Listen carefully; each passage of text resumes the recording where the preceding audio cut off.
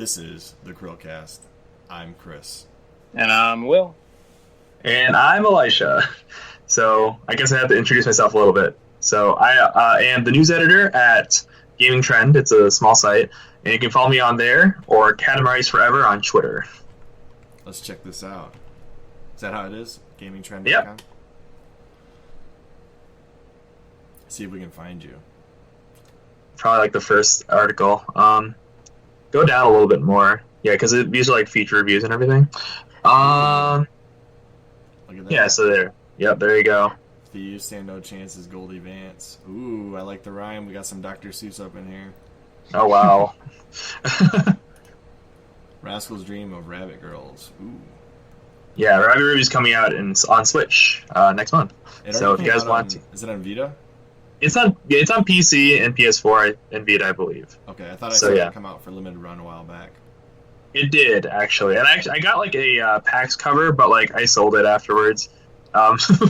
So yeah, there you go. The truth comes out. The truth, yeah. I feel like someone's gonna be like, oh my gosh. But yeah. All right, so let's start with our first weekly topic, Manic Monday. Will, why don't you do your little intro? Are you going to bring it up? The banner? There it is. All right, it's Manic Mondays. All right, okay. So we're gonna open up with Elijah's like, no. No, it's fine. I'm cool with it. No, that's not happening. For Manic Mondays, we're going to start off with our update on the ProJared situation. I'm not sure how much you know about that, Elisha, but we really need to correct some of the information that was brought out in a previous episode. Okay, so basically ProJared put a video out. He put, I'll bring it up real quick just so people know what I'm talking about. But he put it out, and I actually subscribed to him after he put this video out, so I am a ProJared fanboy for a minute. We'll see how long it lasts. Okay. It's called You've Been Lied To. And he essentially put out a video with evidence proving that none of the allegations against him were true. And that anything that was unproven or something he couldn't bring up is basically he said, she said. It's the people that accused him versus what he remembers, and it's basically him versus them.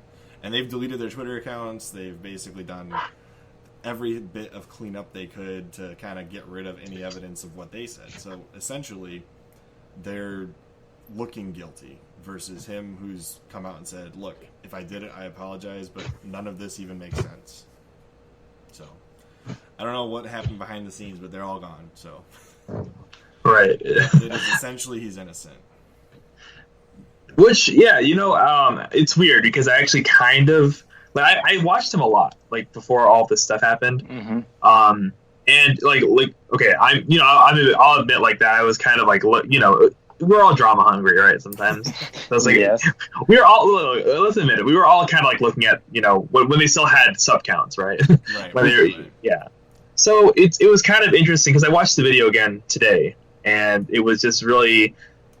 It was a different take. I think maybe the reason why people were kind of suspicious at first was because he literally was radio silent for about, I want to say 2 months or a few months, literally just like a few months. It was closer to 6. Right. Oh my goodness. So he had the lawyers involved. That's why he couldn't talk. Oh, okay. Mm-hmm. He wanted to make sure that anything he said was essentially legally okay. Kosher. Okay. Yeah. Okay, so that's good. So finish your thought. Yeah, no, because I was also like kind of, we were comparing, I think, a friend of mine, we were comparing him to like the James Charles situation, which I know is not gaming related, but where it was about... He played Minecraft with PewDiePie, of course it's gaming related. Okay, I guess. But yeah, so it's kind of like where he was still kind of silent for about a couple weeks, and then he kind of had all the receipts, had all the stuff, and then so... the people involved are trying to accuse him kind of just died down and were just kind of kind of silent. They had egg on their face basically. So I was thinking like, how come ProJared didn't do that? And I understand like the whole legal thing, but that's kind of also why people had the air of suspicion. I would assume that's kind of my opinion on that. On the other hand, his subreddit was invaded by Scott the Waz. Oh yeah. Oh yeah, that was not so that was a thing. Friendly. Not so family friendly there. We try to keep this pretty family friendly, so We'll see. Right. We'll see what I do with that part of the video. Anyway, so essentially, he's still weird. Behind the scenes, Yeah. he's still kind of a weird dude, but I still think he's kind of a creepy dude. I've watched this video, and yeah, he didn't do anything illegal, but it's creepy. Yeah, like, call me a prude, but like there's like some stuff, some things that he says in his older videos that you got the clips of people with the clips and everything where he's like, oh, let's do a sexual thing, and I'm like, dude, what are you trying to do, right? So you're not putting yourself in a favorable light when you're trying to dispel the rumors that like you've been doing stuff.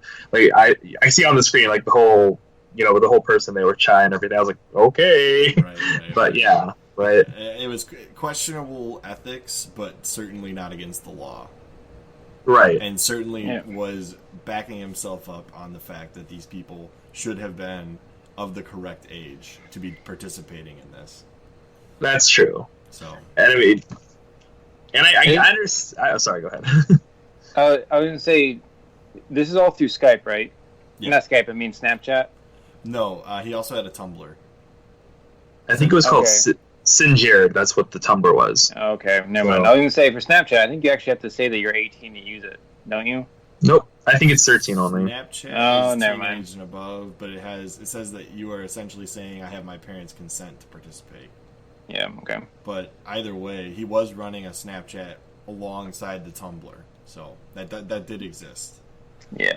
And so this looks like some kind of legal document he had. And look, it says always check the age of the people in the document.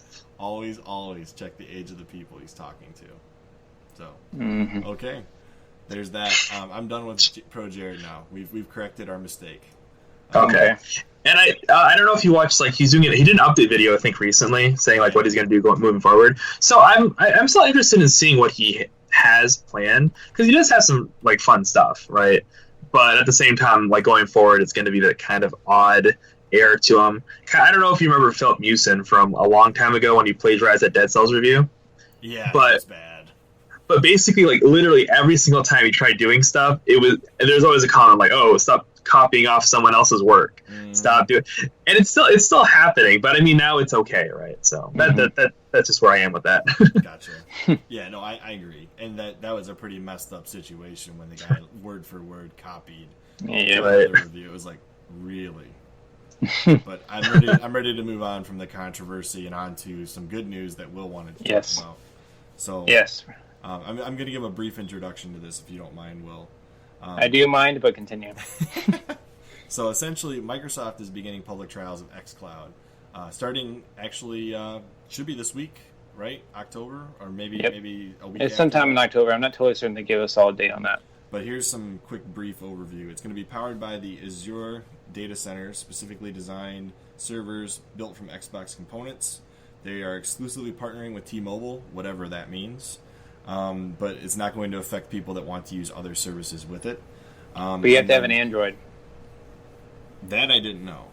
Yep, you have to have an Android device. That makes sense. Android's a little looser on beta testing. And then a couple things we're going to discuss is what we think it will stack up to Google Stadia, like what kind of service it'll be versus Stadia.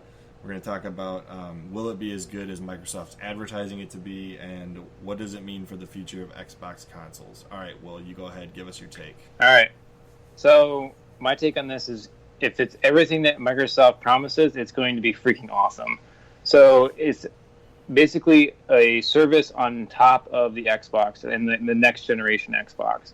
So the way it's being described as is not a replacement, but an addition. So if you already have the Xbox One, an Xbox One X like I have now, that's actually going to be like an antenna essentially, so you can actually stream from your Xbox.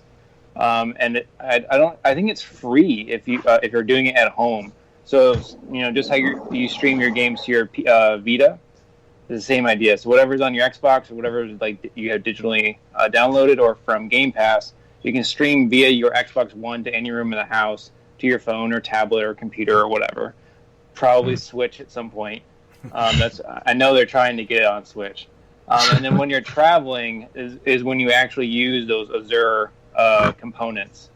And I think it's going to be a lot cooler than the Google Stadia, because Google Stadia, that's all it is streaming.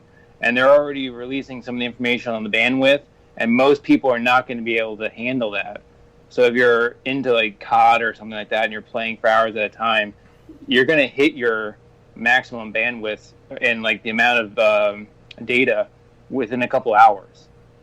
And I don't think that's going to happen with the Xbox Cloud, or at least they haven't talked about it. Is Google's Stadia data limited? And I didn't know about this.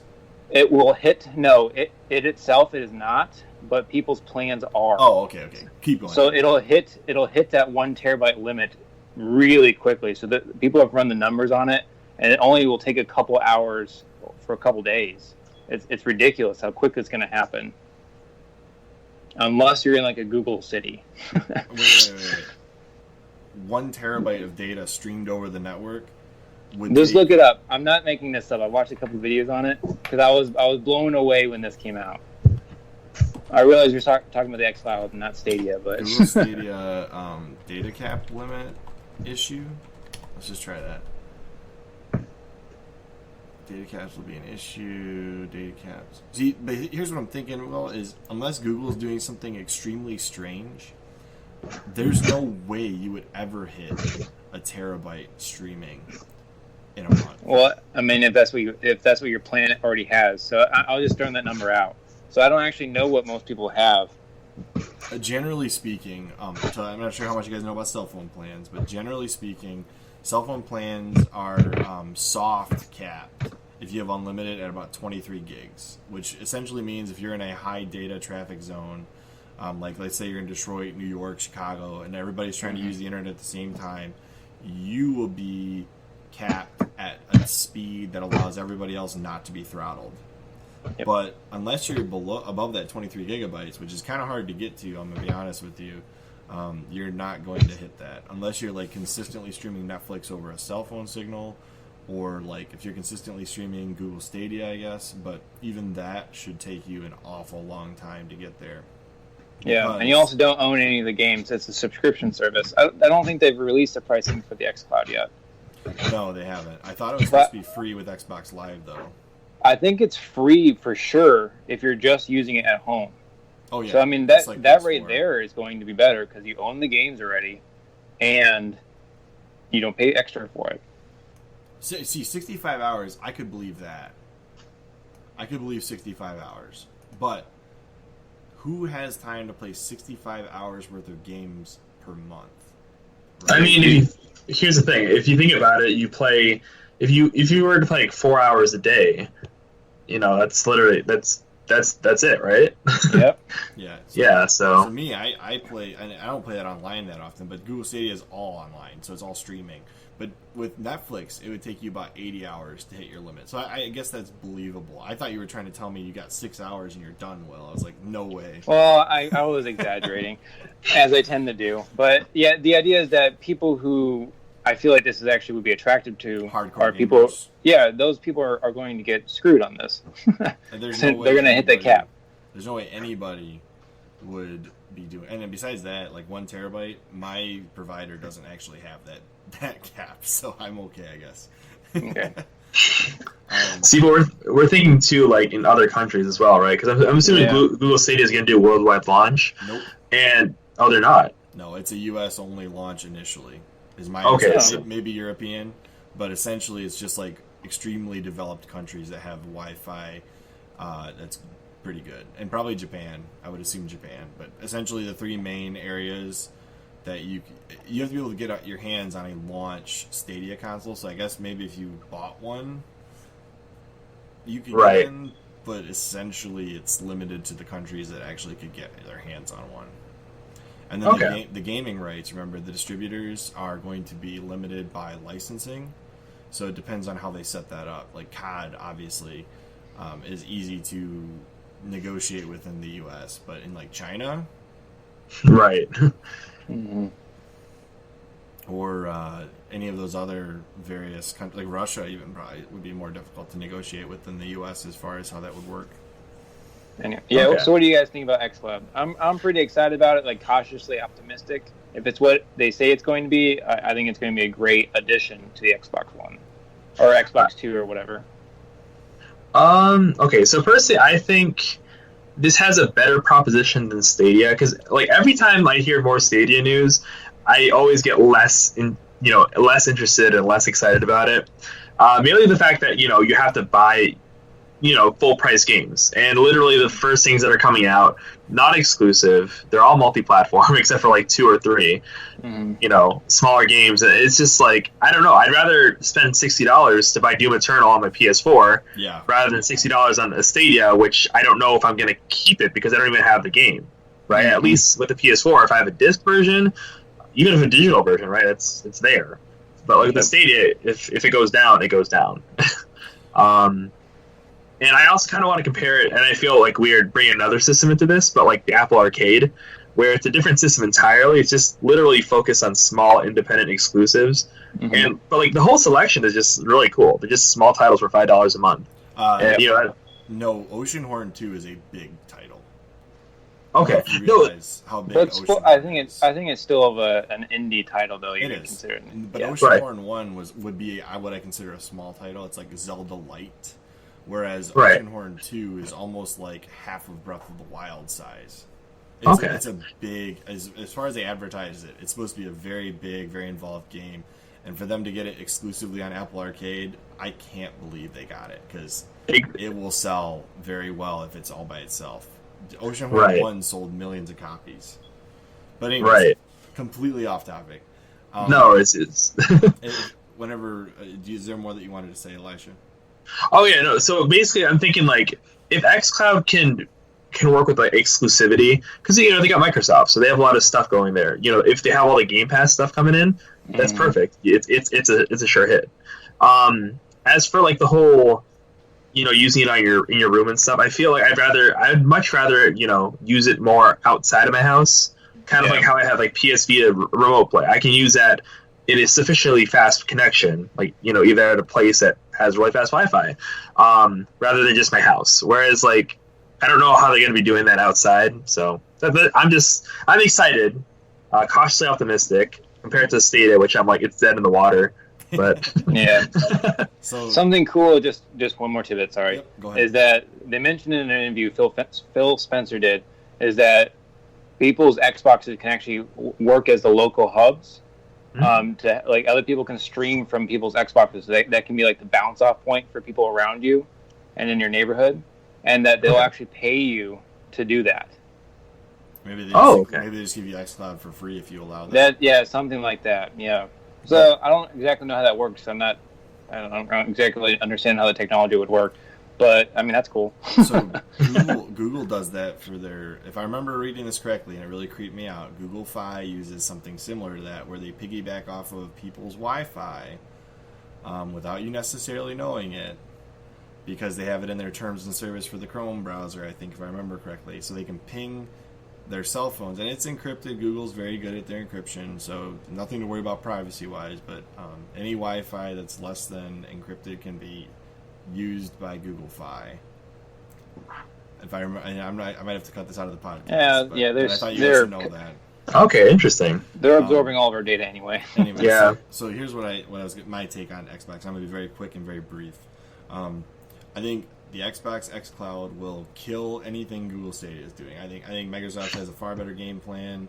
I think they have a better set of exclusive titles. I think they have a better system setup, and their controller is way better from every review I've seen.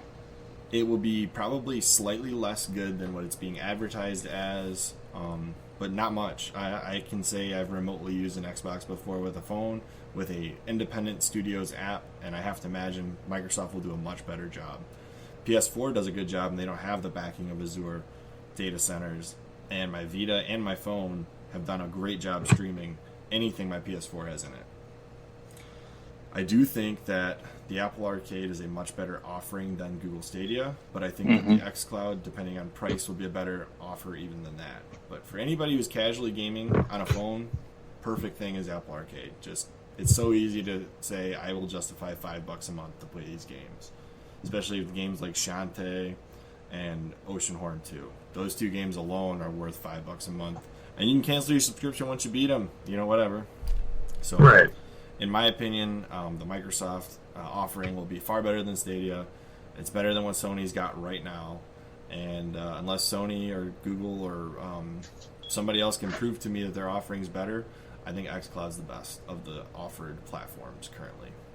But I haven't seen it, I haven't played it, I don't know 100%. But based on what I've read, it has to be the best currently. So I agree. All right. We'll call that a wrap for Manic Monday. I'm Chris. And I'm Will. I'm Elisha, Saber's best girl. And we will see you on the next CHRILLCAST.